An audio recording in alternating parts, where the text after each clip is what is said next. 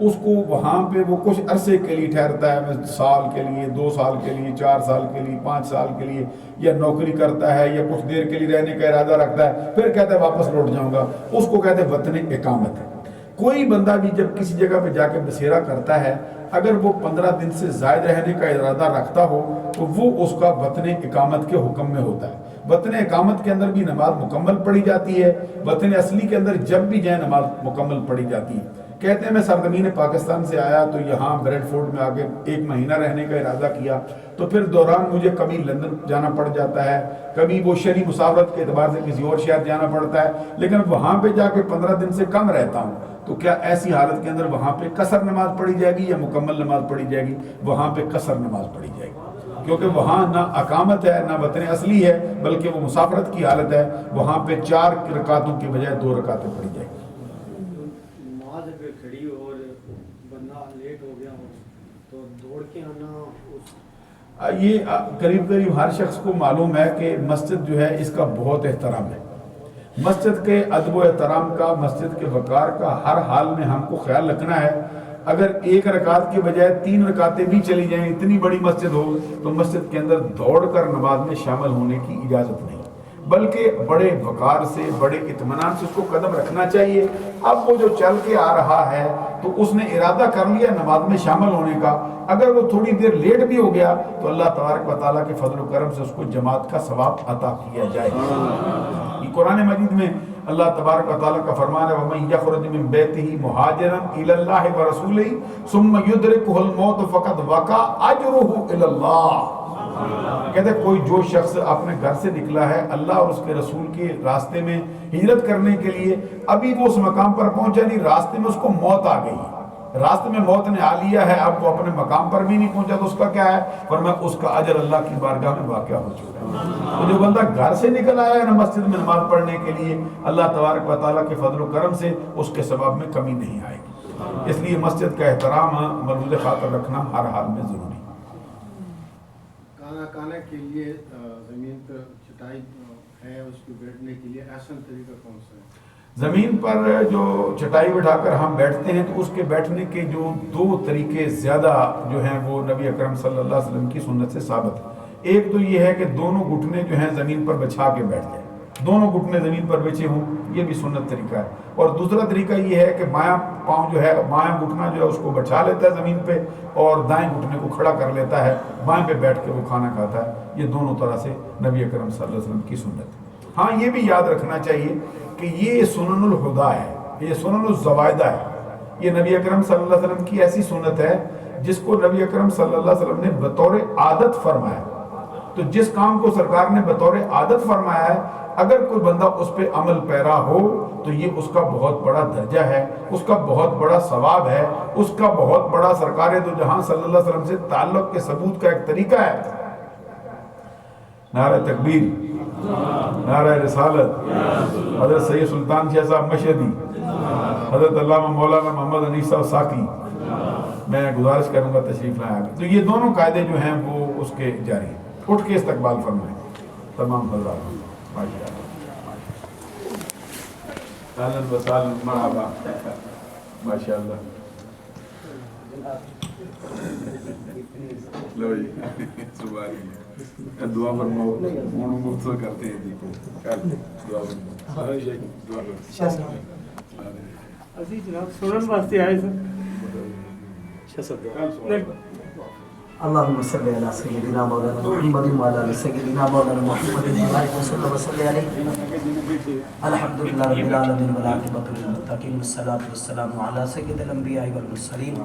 بارہ الہ مفتی اسلام جس مقدس موضوع پر خطاب فرما رہے تھے، احباب اپنے دامنوں کو تیری رحمتوں سے اور علم سے بھر رہے تھے۔ مولا قدس آج کے اس نشست کو دین دنیا میں ذریعہ نجات کا سبب بنا۔